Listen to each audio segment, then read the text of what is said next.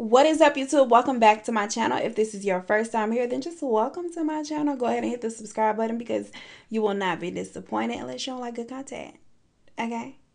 This video, as you can tell by the title, is going to be another true crime makeup story where I sit here, do my makeup, and I tell you a true crime story. Okay? It's kind of long.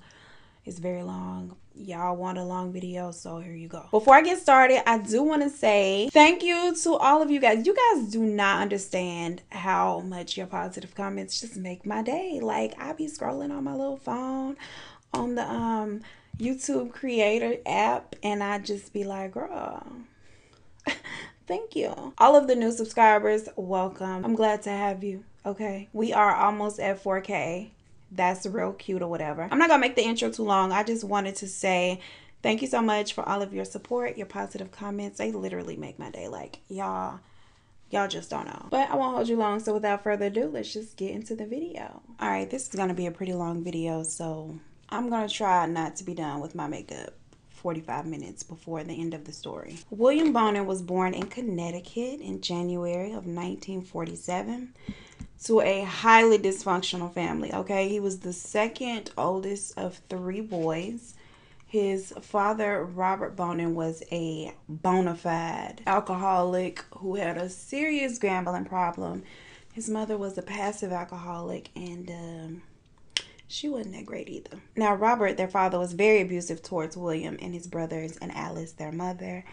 And he was just a horrible guy. The children were severely neglected, like severely. They were taken care of, fed, clothed by neighbors, you know, took a village, okay, because their parents wasn't shit. And if that was not bad enough, toxic enough as an environment for children, the 3 boys were placed in the care of their grandfather on their mother's side, who was a convicted child molester. Like, of course, he sexually abused his 3 grandsons because he nasty and he's just trifling, and that's what child abusers, child molesters do. So in 1953, when William was just 6 years old, Alice took the boys from her father and placed them in an orphanage, and according to her, this was her way of protecting her sons from their father's physical abuse and her father's sexual abuse.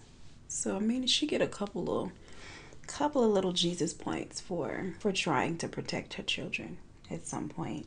Now, unfortunately, though, for the boys, this particular orphanage was not a great place for kids. They were known to be very violent. They would beat your child for like the smallest little infraction, and they weren't good people either. Like, I guess in the 50s, there were no good people in Connecticut. I don't know. The children would be forced to like stand in these crazy, weird, strenuous, high stress positions, you know, where you have to like squat against the wall, put your arms out, like stuff like that. They were also waterboarded, drowned in like buckets filled half with water, and oddly, after everything like hit the fan on down the line, after William did everything I'm about to tell you that he did, girl, and he got caught and all of that, he would talk about every aspect of his life and childhood except for what happened at the orphanage. Like, the memories, I guess, were just too bad. Like, he refused to talk about it, except for the fact that he said that he consented to sex with older boys. It's like, bruh, you was like 6. Hey. Anyway. And then what else was weird about it? He said that he would only consent if they would tie his hands, his own hands, like William's hands, behind his back beforehand. Like, that don't sound like consent to me. Like, you want to be hog-tied, sir? Little sir? Anyway, he stayed in the orphanage until he was 9 years old, and then after that he returned to live with his parents. At 10, he was arrested for stealing license plates. Now, what he was doing with the license plates, mama don't know, okay? I don't know. Because he was 10, of course, he was placed in juvenile, and in juvenile his experience was not that great. He was reportedly sexually assaulted by one of the counselors, as well as like older teenage boys in the camp. Like, it was just bad. He was also, you know, beaten a little bit. It was terrible. So he spent a couple years there, and then when he was 14, now back with his family, they were in a tough spot financially, so they decided to relocate to California. Like, I don't know how that's a good idea, because I would think that was the last place you would move to save money, but they moved to California nonetheless. And depending on how you look at it, fortunately or unfortunately, I don't know, William's father died shortly after they moved to California He had cirrhosis of the liver. Now, I'm assuming at this point William's home life got a little better because his father was out of the picture, his grandfather was out of the picture, but didn't really make a difference in how he turned out. But I mean, at this point, he had suffered so much abuse that, you know, hey, the damage is kind of done. So you know the phrase hurt people, right? Well, unfortunately, I feel like I'm saying unfortunately like every 5 minutes. Unfortunately, little 14-year-old William begins to sexually abuse the kids in the neighborhood. He started to molest his 2 younger brothers. Many of these children he would lure to his family's home with the promise of like alcohol and other, I guess, candy. I don't know. Shit you lure kids with. They're pretty simple. Typically, he went for younger boys, smaller boys than he. He would often rob them as well, like take their little lunch money. And they were afraid, of course, to really say anything. So he kind of got away with it for a little bit, well into his teenage years. So William graduates high school in 1965, and his mother starts to pressure him a lot to get married because she noticed that her son was attracted to boys. Like, you know, they say mama knows. So I don't know if it was that he was always luring the little boys with candy down to the basement that had her thinking something or what. But she knew, and she did not like it. She didn't agree with it. And instead of, you know, disowning her son, she kind of pushed him up on a female. She was like, here, try this. And so he actually proposed to a young lady and planned to marry her. The same year of his high school graduation, little old William joins the Air Force. He decides, you know, I want to go fight for my country or whatever, so I'm out of here. He served 5 months on active duty in the Vietnam War. And this didn't make anything better for the person that he was becoming, okay? Because he said that his experience of over 700 hours on the battlefields instilled a belief in him that human life was overvalued. He said that he engaged in a lot of consensual sex with both males and females over in Vietnam. But he did get in trouble for raping 2 soldiers at gunpoint. I don't know if this was a little rapey threesome that happened at one time or if these were 2 little isolated events. Probably so. Okay. But it happened. And oddly, after 3 years in the Navy, he is given an honorable discharge. Like, sir, you raped 2 men at gunpoint. Nothing about that is honorable, okay? Nothing. He moves back in with his mother, Alice. She takes him back. He marries his fiance. And they get divorced, like, literally right after. She was like, you know what? This ain't gonna work. I don't know if at this point William felt like life was boring. And I don't know what he was thinking because I'm not crazy. So I can't rationalize. But this is when he started to really just do the most. Now, on November 17th, 1968, he's now 21 years old. And he goes out and commits sexual assaults on a minor. And of course, you know, he had been getting away with it all this time before. Through his adolescence, he had been touching the boys and getting away with it. So I guess he felt like he could just do it at this point. And that's what he was doing. Now, I don't know too many details on this assault, this particular assault. I do know that he wasn't captured right away. And so this, along with all of the other sexual assaults he had gotten away with, like in his adolescence, made him really comfortable. Like, he decided, you know what? This is what I'm going to do. And I'm going to get away with it because I've been getting away with it. Within the next 4 months, he commits 3 more sexual assaults, all on young boys between the ages of 12 and 18. And in each instance, he bound the victim. He sodomized them. He performed fellatio on them, like forcefully. He also subjected them to weird tortures because he liked to beat them a little bit and squeeze their balls. Like, what is wrong with you, sir? Why? Like, as a man, I'm sure you know that that's terrible. You wouldn't want it done to you. So in 1969, while William was casually attempting to abduct a 16-year-old boy whom he had been successful in luring into his vehicle, William was apprehended and he was charged with 5 counts of kidnapping, 4 counts of sodomy, and 1 count of forced fellatio. Like, that's not what it's called, but I'm trying to cute it up here, okay? And also 1 count of child molestation against 5 of the children he had molested. That shit started to catch up to him, thankfully. William pled guilty to molestation and the forced fellatio. And they sent him to a hospital, not to jail. They sent him to a hospital for rehabilitation, okay? He was sent there as a mentally disordered sexual offender who was considered amendable by treatment. So in January 1971, he goes away to this little hospital. While detained at the hospital, William was subjected to psychiatric examinations, which revealed that he possessed a higher than average IQ. So he wasn't stupid. He was smart, okay? But he was, you know, a lot of the crazy people are. So there's that. He displayed traits of manic depression. He also had damage to the frontal cortex of his brain, which the doctors said that would significantly reduce his ability to restrain from violent outbursts. His physical examination also revealed a lot of scarring to his butt and his head, which they believe that he had sustained 3 years prior when he was in the orphanage, but he refused to acknowledge like what happened to him in the orphanage. Like he just refused to talk about it. All he would say was he let them, you know, have sex with him if they agreed to tie him up first. That'll be what I wouldn't want to talk about. Like I don't understand that, because I'm like, one would think that the abuse would be easier to talk about versus the sex. Like, I don't know. So today, guys and gals, we are using the Anastasia Beverly Hills Norvina Volume 1 palette. You know, the one that almost put my eye out a couple of videos back. And yeah, I'm going to use it today because I make terrible decisions.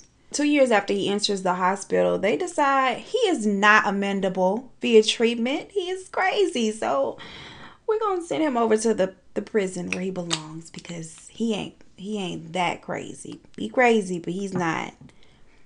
The motherfucker is a criminal, okay? He out of here. And I'm sure you won't be surprised to find that the main reason they decided to kick him out of the hospital and send him to prison because he kept raping all the damn other patients in the hospital. Like his, quote, forceful sexual activity with the other males kind of made it hard to keep him there. So they was just like, you know what, just go to jail, okay?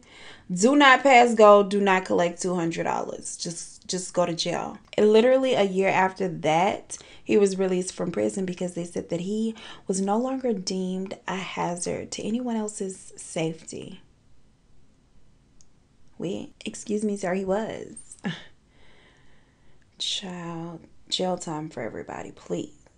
Everyone involved. So on September 8th, 1974, just 3 months after his release, William encounters 14-year-old David Allen McVicker hitchhiking. Now, before I get into the meat and potatoes of this story, just know a lot of people were hitchhiking. This is in a time where hitchhiking was prevalent, okay? There was no Uber. This was the Uber, kids. Hitchhiking. Your thumb was your app.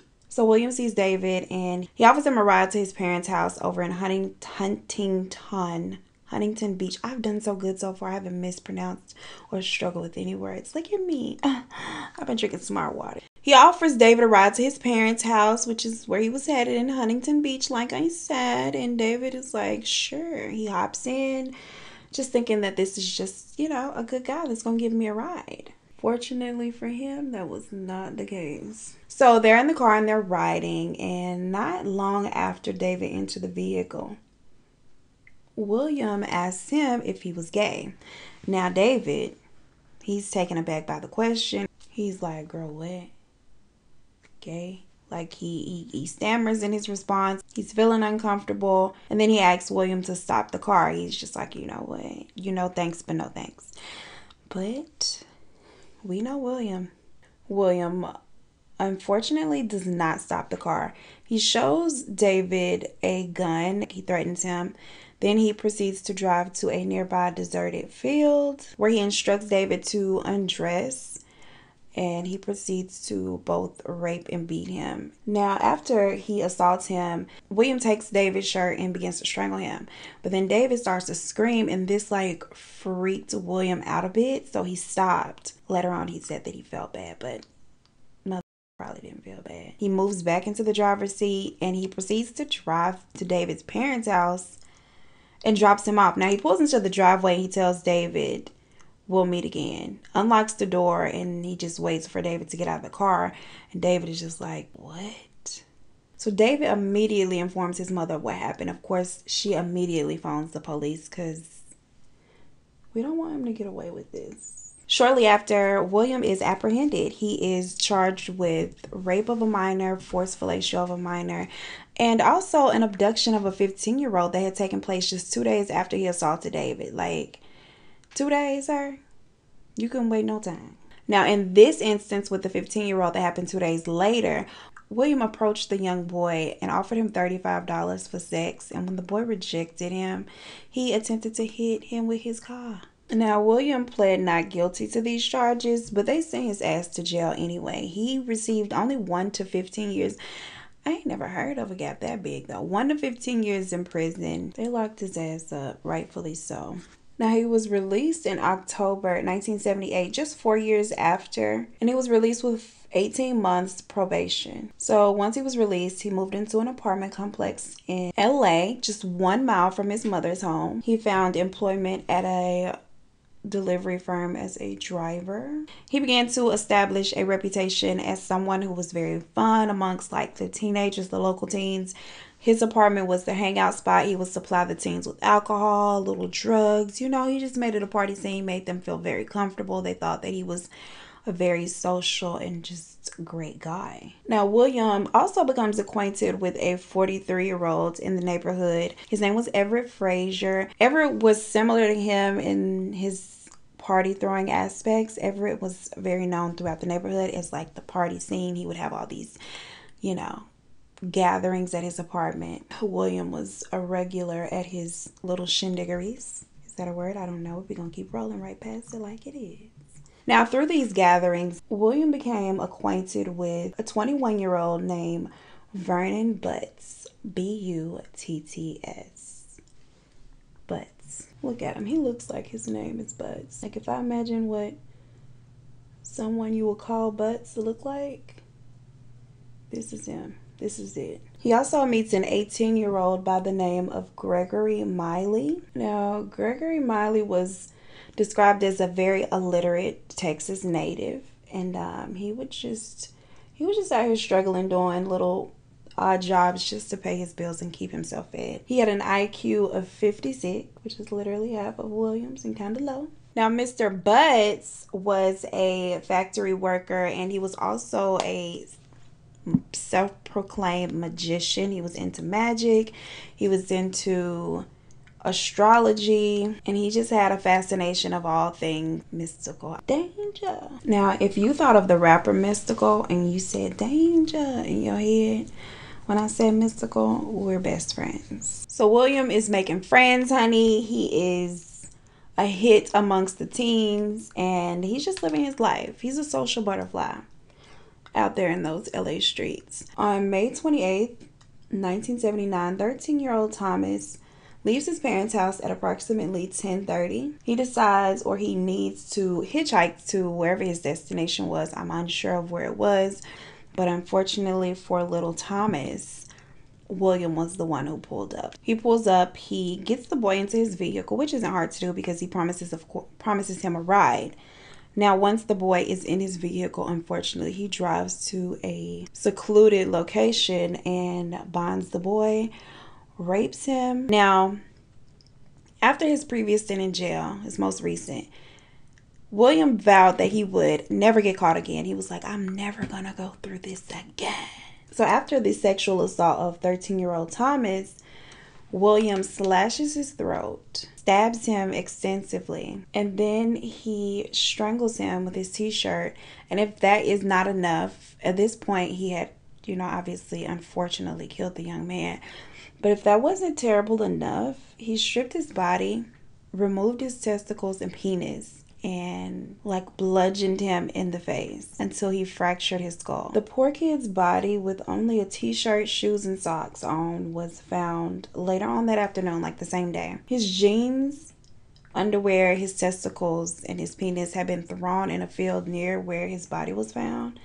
How disturbed and disrespectful and just nasty and terrible do you have to be? Now, another thing that was different about this time was that William actually did not act alone. But assisted him in this act. So just a few months later, William was again arrested for molesting a 17-year-old boy. Like, I'm sick of him. I don't know why he's just allowed to just be out here. Why are y'all picking him up and letting him back out on the streets? I don't understand.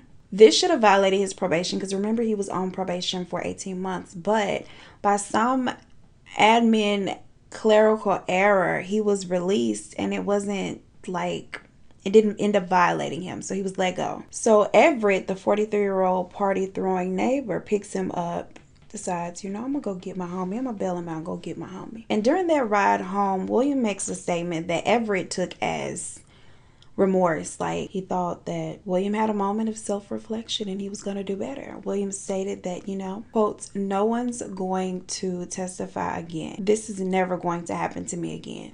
So Everett is just like, you right, brother, that's right, don't let it happen, you know, good for you.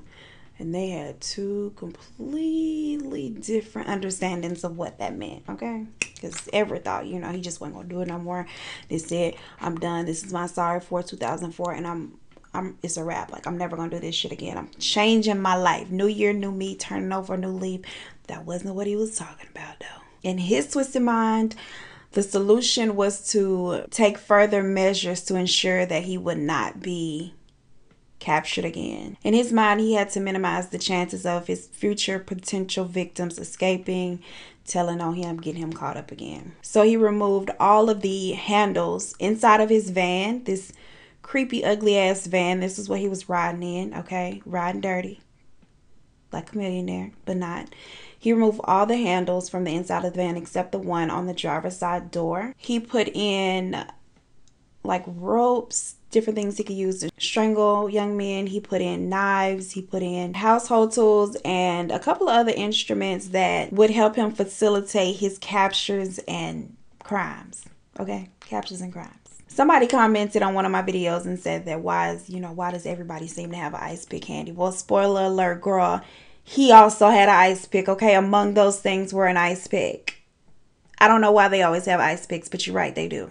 Maybe because they was picking ice. I don't know. Whatever the case, William Bonin had an ice pick and a bunch of other stuff. They help him facilitate his terribleness, okay? Now, 2 months after the murder of 13-year-old Todd, I didn't let my concealer drop. And mama is really struggling, okay? I'm just trying to force it to blend, and it's like, girl, no. 2 months after the murder of 13-year-old Thomas, Bonin and Butts abduct a 17-year-old named Mark Shelton. The young man was on his way to a movie theater. He was literally in walking distance from the theater, and he was on foot, not asking for a ride, not even hitchhiking, just minding his damn business. The dirty duo pull up on him, force him into the vehicle. They bind him, of course. They rape him. They put a pool stick up into his anus, and that sent his body into shock, which actually was the cause of his death. From what I read, it was like it sent his body into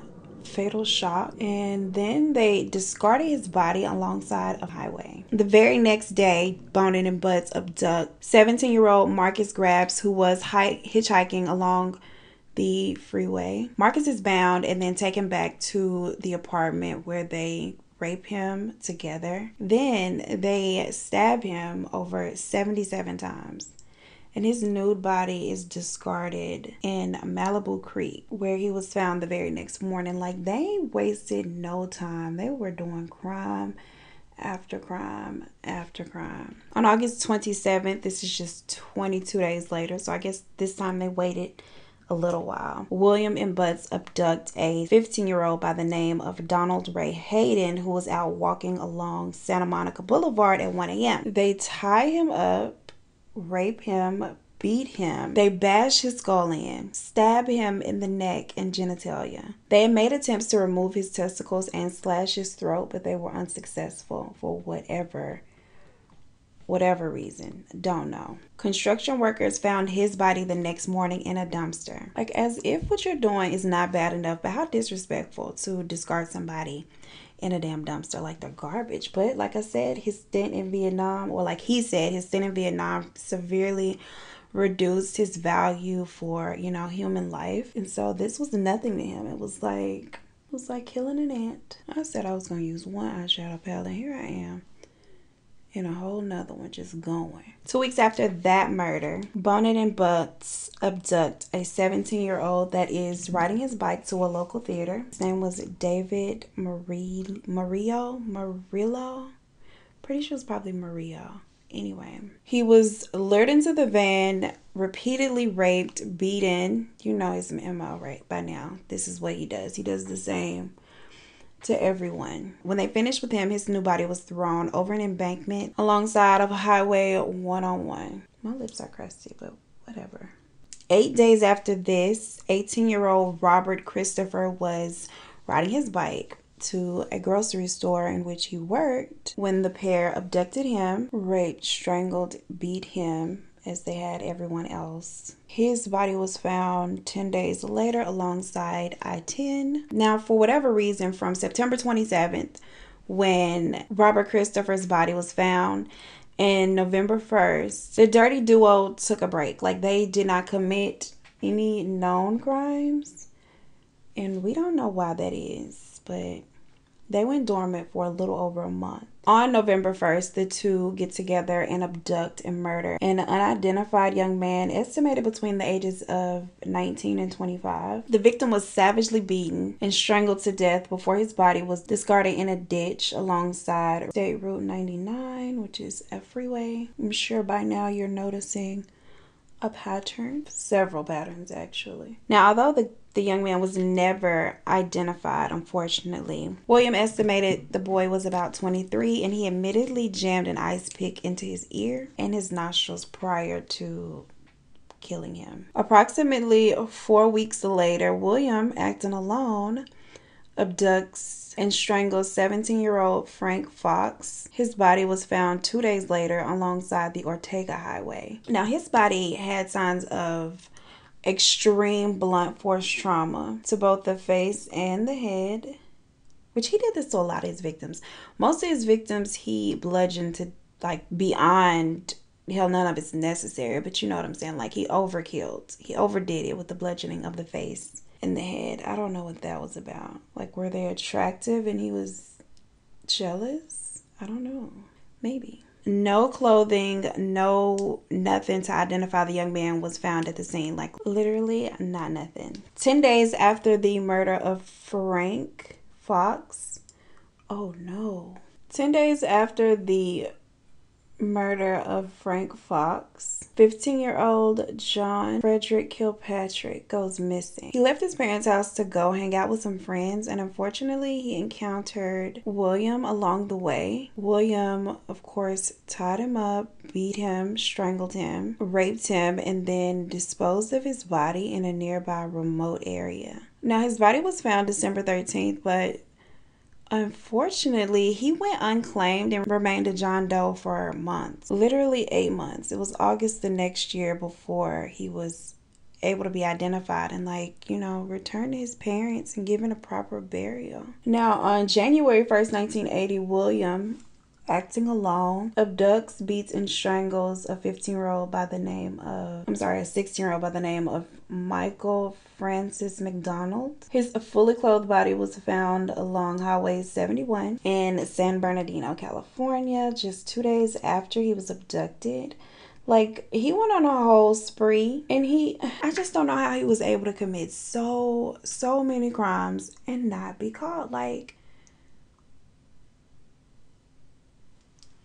on February 3rd, William gets in his car. He drives to Hollywood with 18-year-old Miley. Now, you know, Miley is the little slow one with the little IQ. So here's what's going on in my life right now. I have two different liners, right? Both of them I like. It's crazy. They don't look the same.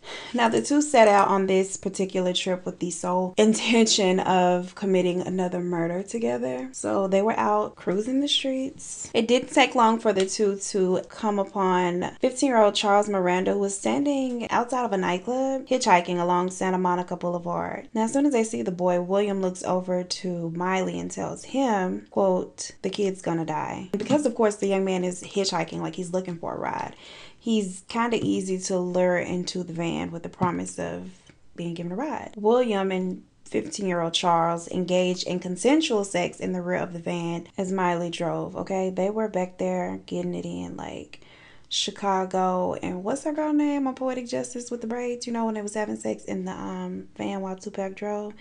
That's what they was back there doing. It was all consensual.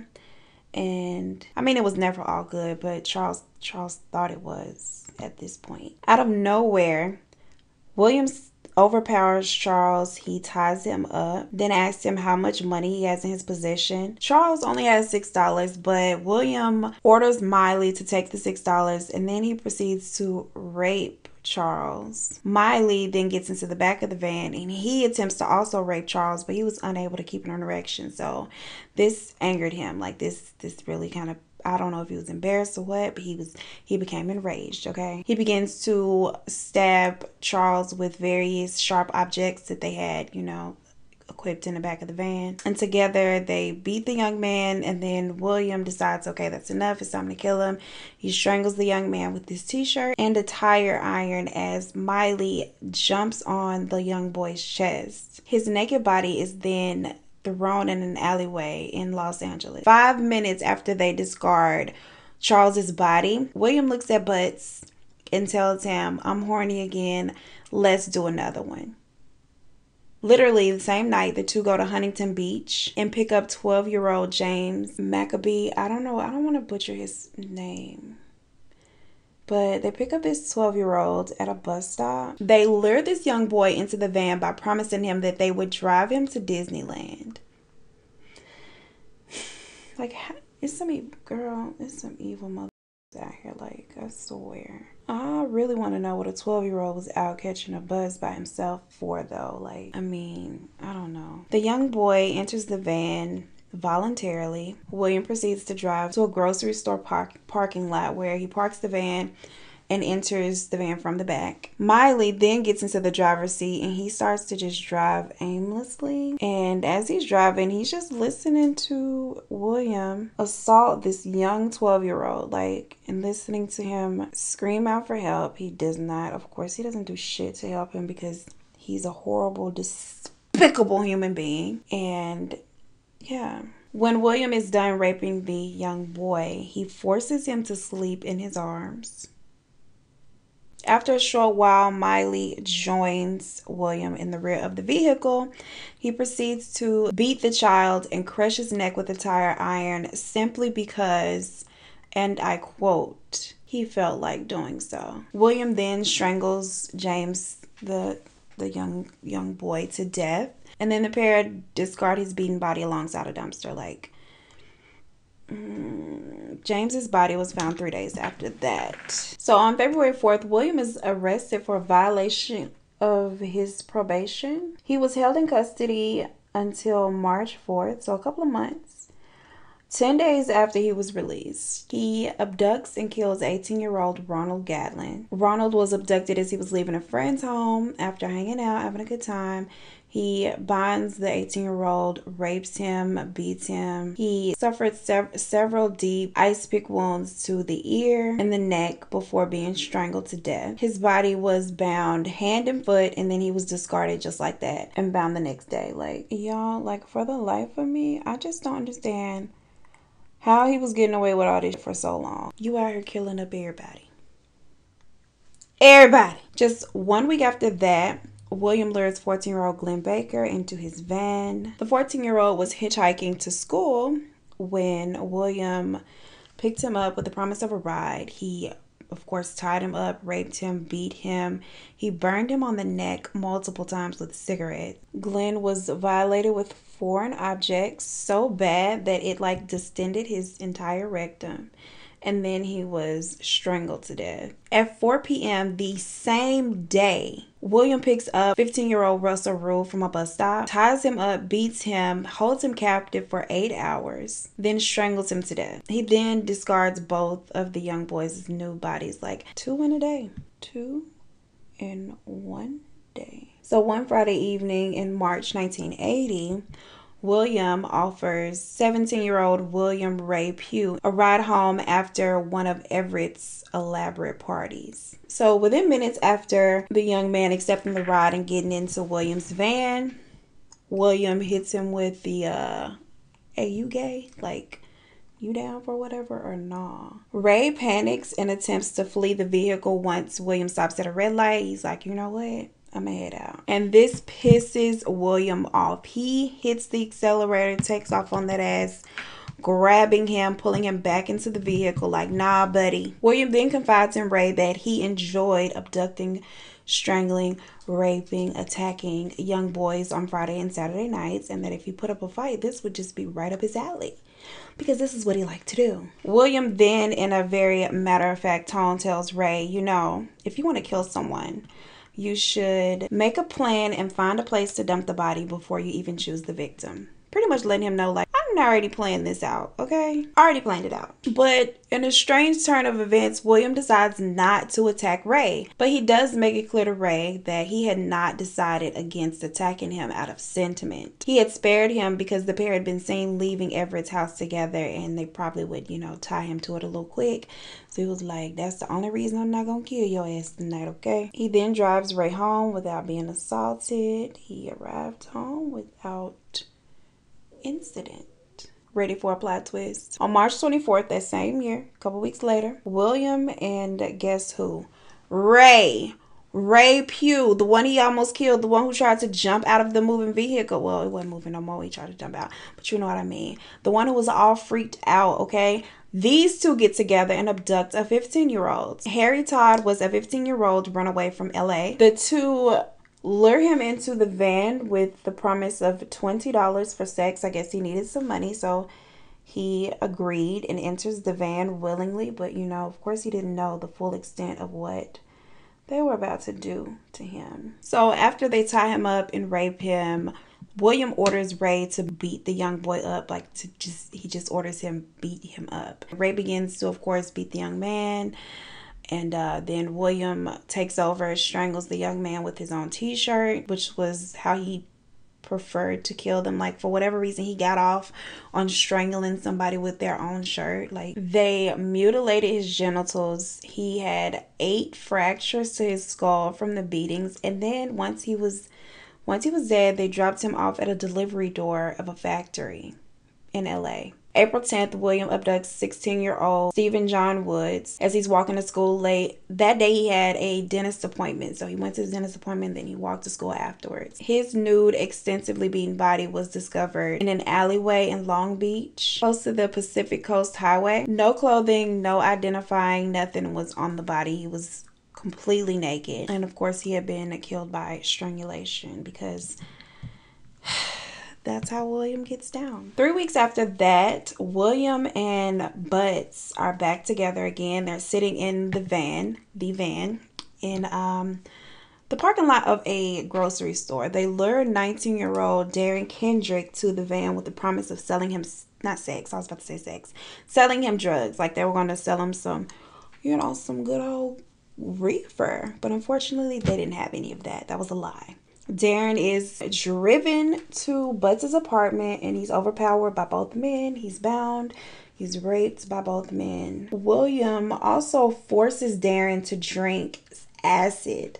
Not the drugs acid. Hydrochloric acid, which resulted, of course, in his mouth, esophagus, chest, neck, all of that to just burn. And then Butts drives an ice pick into the young boy's ear, which kills him. They discard his body behind a warehouse with the ice pick still sticking out from his ear. On May 12th, less than 2 weeks after that incident, William alone abducts and murders a 17-year-old by the name of Lawrence Sharp, who was an acquaintance of his. He actually had met him at one of Everett's parties, and he only killed Lawrence because he was, quote, tired of having him around. Lawrence's body was discovered at a gas station, well, behind a gas station, just 6 days later, and his autopsy revealed that he had been, of course, restrained, sodomized, beaten, strangled. 1 week after the killing of Lawrence, William goes to Butts and he's like, hey, let's go kill someone. But Butts decides, you know, not today. I'm not in the mood.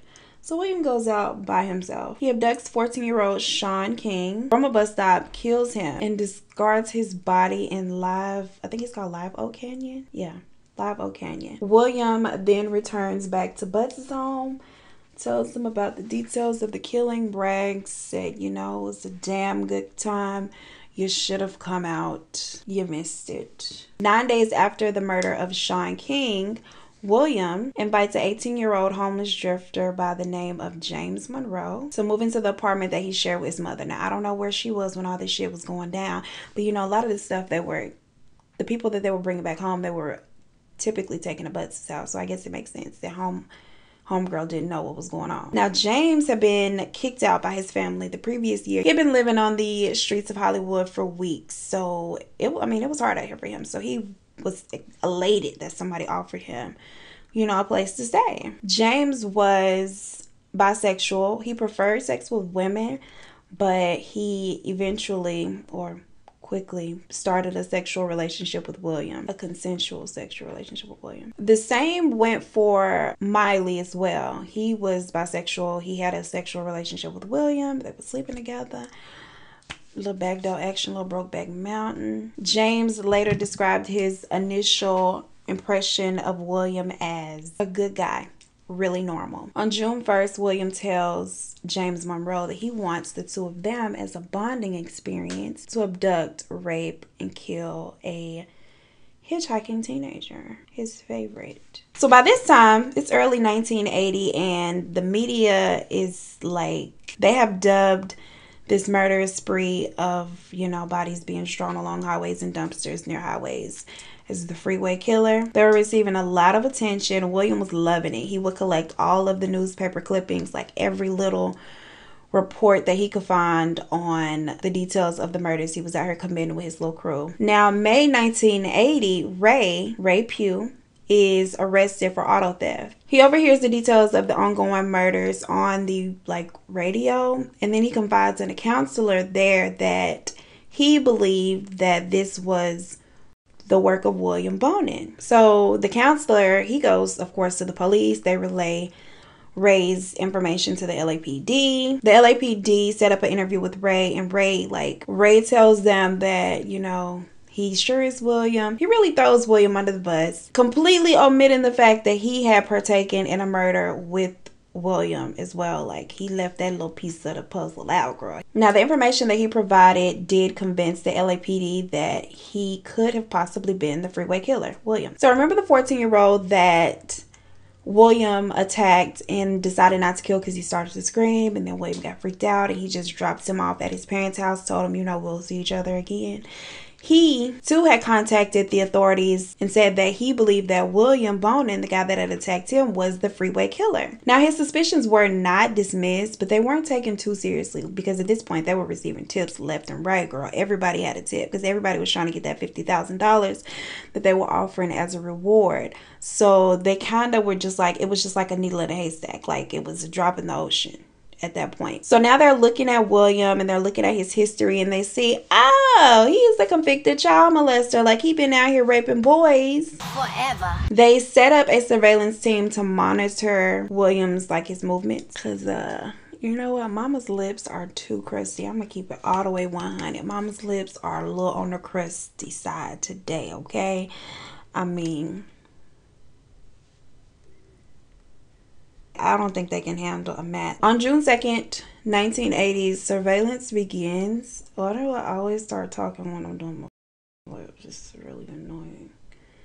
Hold on. On the evening of June 2nd, 1980, the surveillance of William Bonin begins.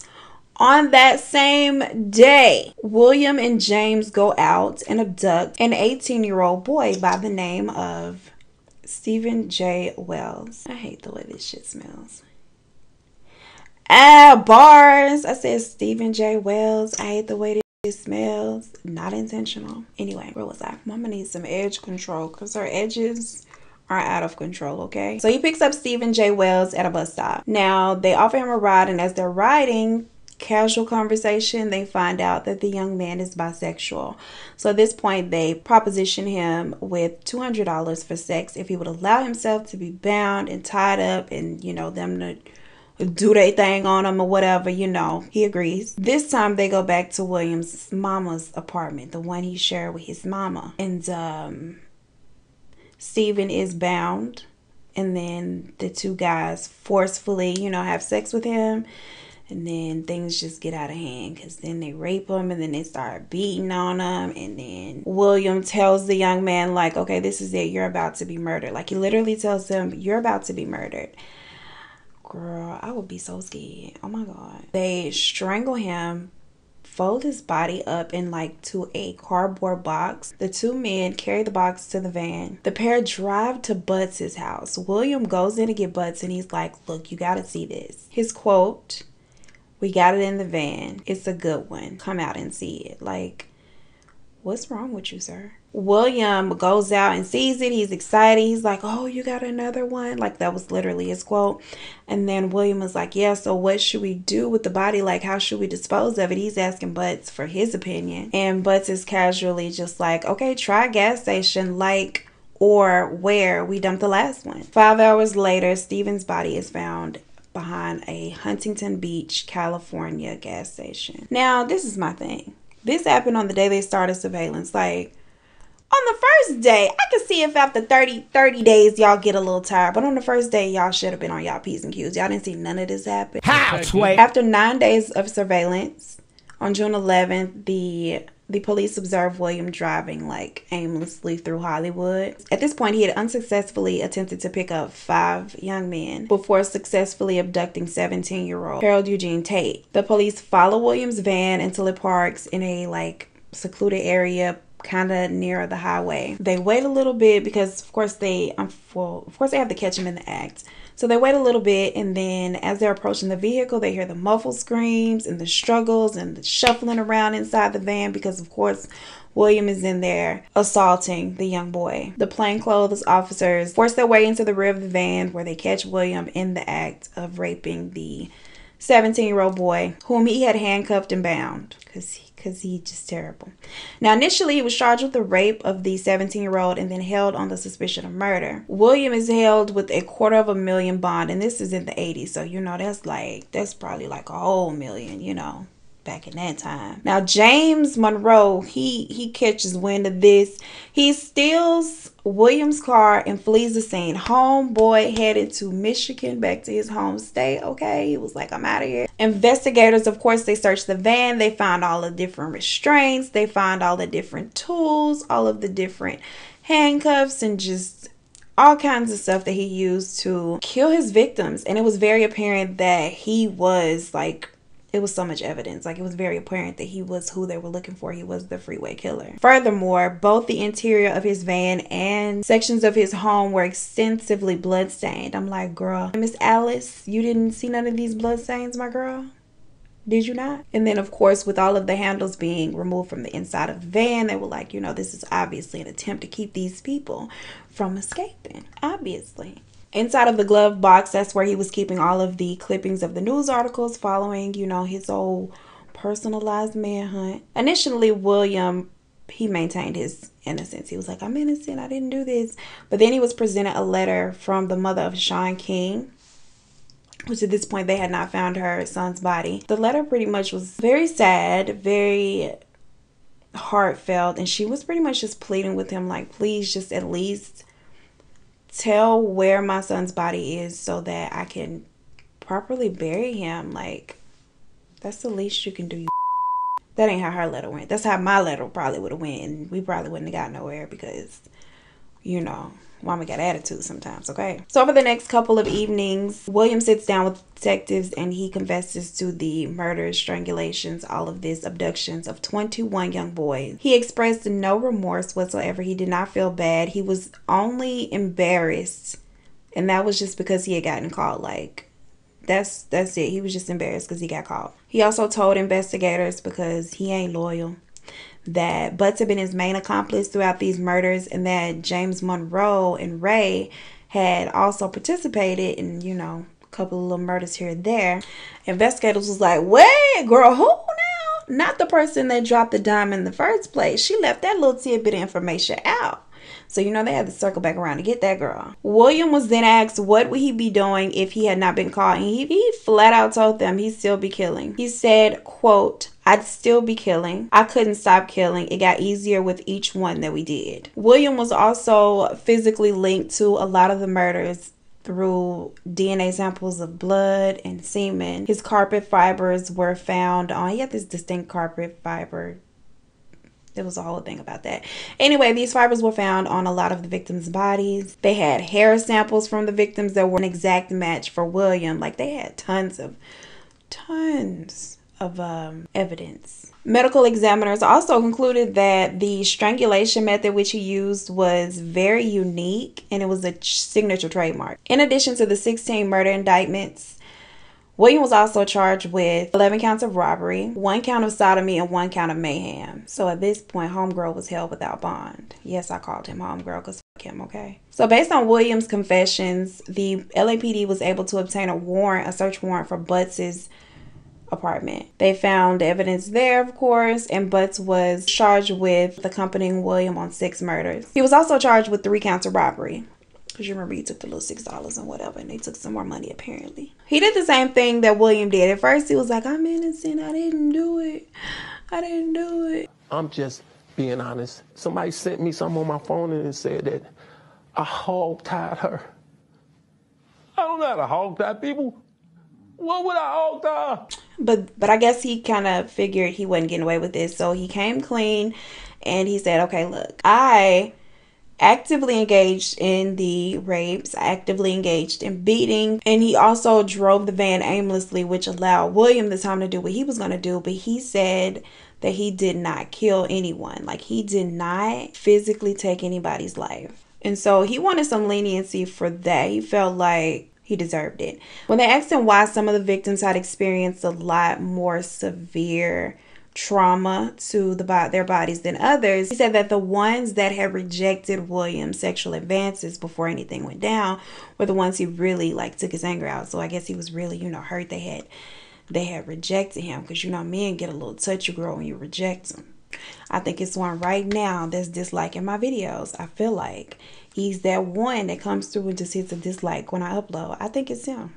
But anyway, whatever. So on July 31st, investigators went up to Michigan and got James Monroe. Yes, they went up there and got that ass after he fled. He thought he was in the clear. No, ma'am. No, ma'am. He was extradited to California and charged with the murders that he participated in. And of course, he pled innocent on all charges against him. Like, girl, you ain't innocent. In August, Maile, now 19 years old, was arrested after he confessed on a phone call to committing some of the murders with William. A friend of his had recorded a phone conversation that they had where he openly, talked about his involvement in the murders.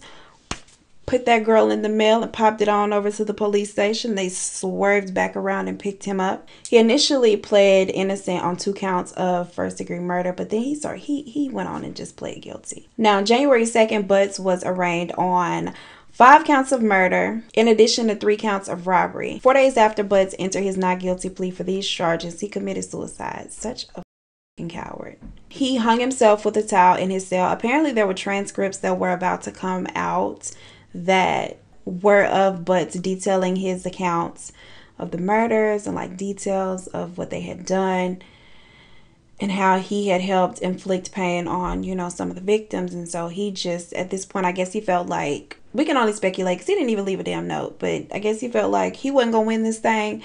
So he was just like, you know what? I'm going to head out. Prior to William's trial, Maile and Ray both got together and decided, you know what? We can get a lesser sentence if we just go ahead and confess everything and pretty much throw William under the bus. And so that's what they did. And in exchange for a reduced sentence, they agreed to testify against William. They did not want any parts of that death penalty. Okay, girl? They said, no, ma'am. What do you need? How may I be of service? William's trial begins, and the prosecution, they go after the death penalty for each count of murder that he was facing. That's,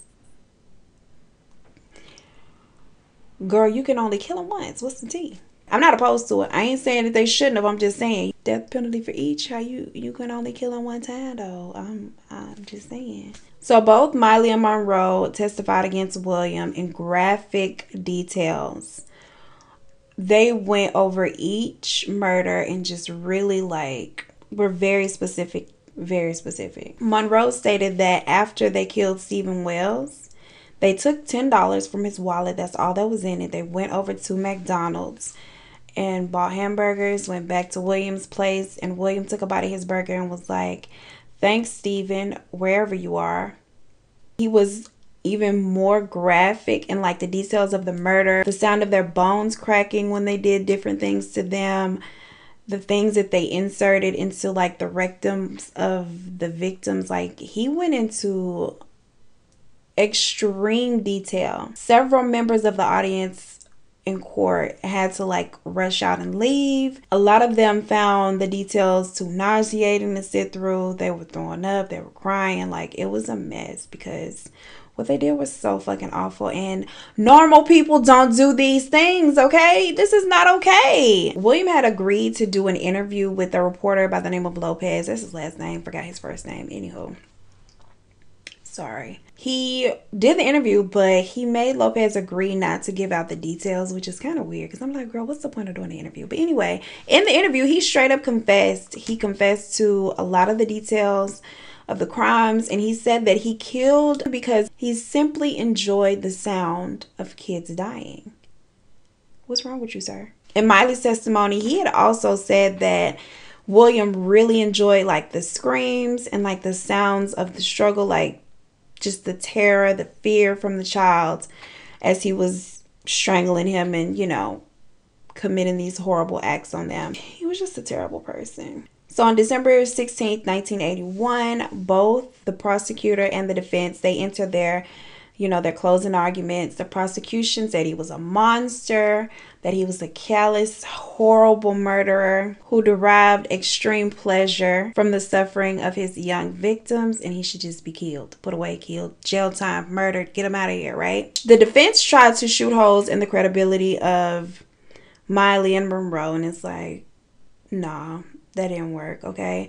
Then, of course, they tried to say, well, he crazy. And then, of course, they brought up the childhood, and they said that he pretty much had no chance at life. He really wouldn't have ended up any other way, and it wasn't his fault. It was the fault of the people who abused him as a child. And it's girl, no. No, ma'am. Now, they were we ain't asking y'all to find a not guilty verdict. We ain't asking for all that. But if y'all would just be a little lenient because he was abused, we would appreciate it. The jury wasn't trying to hear it, though. They weren't. The jury convicted William on 10 counts of the murders that he was tried for and not guilty on 2 of them. He was also found not guilty of committing sodomy on one of his victims. He was cleared of the mayhem charge on another, and also of a charge of robbing one of them. Many family members, many friends of the victims were the audience of the trial, and they were very upset. People were extremely upset that he was found not guilty of, some of the things. They requested the death penalty still for the 10 that he was found guilty of. The defense requested life imprisonment, and the jury unanimously recommended that he get the death penalty. Now, William got off on the sodomy and murder of Sean King because, remember, his mother had written the letter, and so he made a deal with the LAPD that if he shows them, he'll show them where the body is if they couldn't use that against him in court. So they were not able to bring up the fact that he led them to the body, showed them where it was, had any knowledge of the crime whatsoever. They weren't able to bring it up in court, and so they could not convict him of that murder, which sucks. That sucks. I can't imagine, somebody kills your child, you can't find your child, you beg them to show you where the body is. This person killed your child because they're the one that told what happened, showed where the body was, and then they end up getting off not guilty. Ugh. He was cleared of the other murder and the mayhem charge because Lopez, the reporter, had said that although he admitted to everything else, he was adamant that he did not commit this one particular crime. And his routine was to go in with the not guilty and then be like, okay, I did it. But he literally never let up that he did not kill this one particular victim. And so they found him not guilty on that one. That's how he got off on the 2. And then, the little lesser crime. The judge ultimately sided with the jury and he gave him the death sentence. He said the gas chamber for that girl immediately. Okay, well, he didn't say it like that, but you know, I'm paraphrasing or whatever. William, he had no... Girl, my edges are not laid. Like, I literally am such a disgrace to the human race right now. I gotta stop and give me some edge control.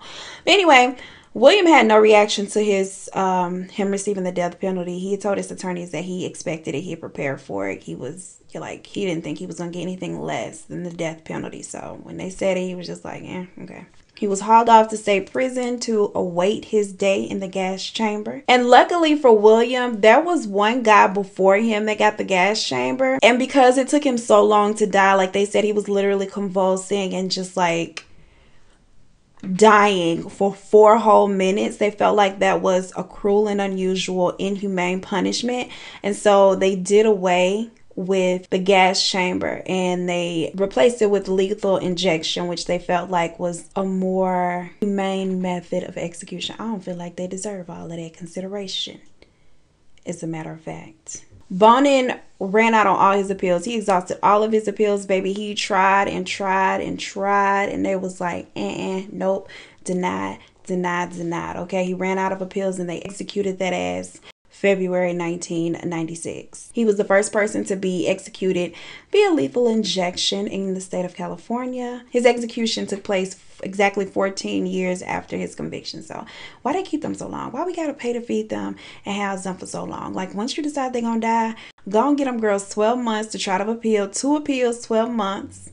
And then just get them out of here. Or you could just take them out back and shoot them. Okay? But for the folks who get falsely like convicted, I would say, let's just give everybody 12 months. Because some people get falsely, accused. And they can fight their way up out that paper bag, honey. So for those people, we should give them a little time. But not 14 years. So in a final interview, 24 hours before his execution, he claimed that he had made peace with his execution.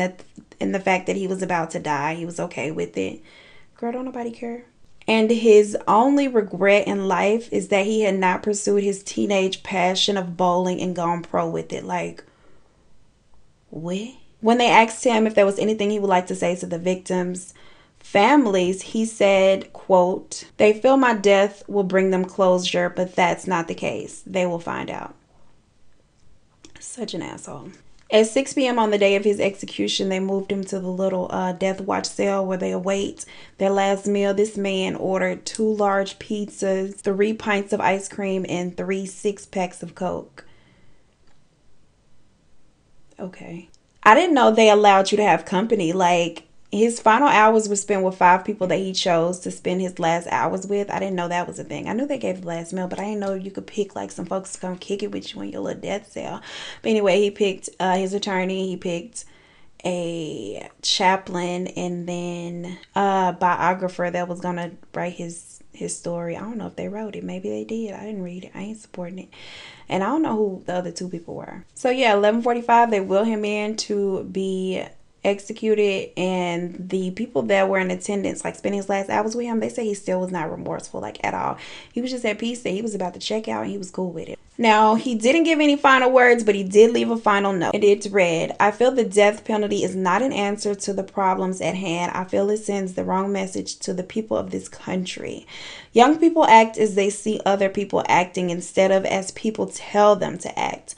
I would advise that when a person has a thought of doing anything serious against the law, that before they did, they should go to a quiet place and think about it seriously."